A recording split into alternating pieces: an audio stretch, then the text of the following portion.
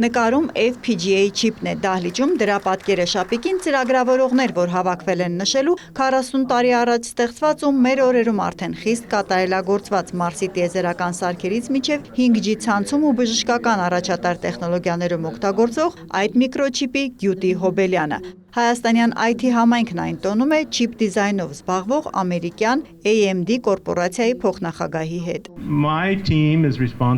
Իմ թիմը պատասխանատու է մեր սպառողների համար կատարելագործելու չիպերի նախագծման վերածրագրավորման գործիքները։ Այստեղի Հայաստանի գրասենյակն ընկերության մի մասնիկն է, որտեղ աշխատում են նախագծային մի քանի ուղղություններով։ Հաշվի առնելով հանգամանքը, որ չիպ դիզայնի հարցում մասնագիտացած աշխարհում հայտնի 5 ընկերությունից 3-ն արդեն իսկ գրասենյակ են բացել աշխատում են մեր երկրում, առաջատար տեխնոլոգիաների ձեռնարկությունների միությունը նպատակ է դրել Հայաստանը դիրքավորել կիսահաղորդիչների բարձրագույն լիգայում։ Առայժմ 3 պետություն ԱՄՆ-ն, Չինաստանն ու Հնդկաստանն են պայմանավորում այդ ոլորտի համաշխարհային զարգացումը։ Մենք էլ շատ արագ զարգացող էկոհամակարգ ունենք։ Դասական IT կրթության հետ միասին Թումո ու Արմատ լաբորատորիաների ծրագիր ստարտափերի խրախուսում, ընդհանուր 60,000 աշխատողով 1200-ից ավելի ընկերությունում մասնաճյուղ։ Հայաստանյան ՏՏ ոլորտի վիճակագրությունը հյուրերին հպարտությամբ ներկայացրեց միության փոխտնօրենը։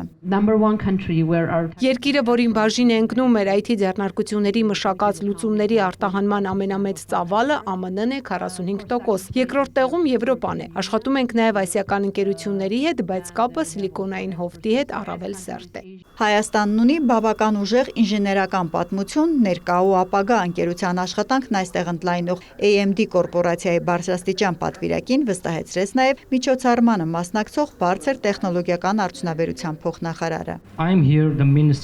Ես այստեղ եմ նախարարության ու պետության, դահլիճն էլ տեղեկատվական հանրության կողմից աջակցելու ձեզ։ Մեր նպատակն է ոչ միայն երկիր բերել աշխարհահռչակ ընկերությունների, որոնք մասնագիտացված են կիսահաղորդիչների կամ այլ ուղղությամբ, այլև օգնել այստեղ արդեն իսկ գործող կազմակերպություններին զարգանալ ու նոր գործառույթներ բերել մեր աշխատաշուկա։ Այն, որ Հայաստանը կդառնա կիսահաղորդիչների ակումբի 4-րդ անդամը, ԱՏԶՄ-ում չեն կասկածում։ Ռազմավարական խնդիրը դրել են, ոլորտը վստահ են լուծում կգտնի։ Հերմինե Բաղդասարյան, Էդգար Դավթյան, լուրեր։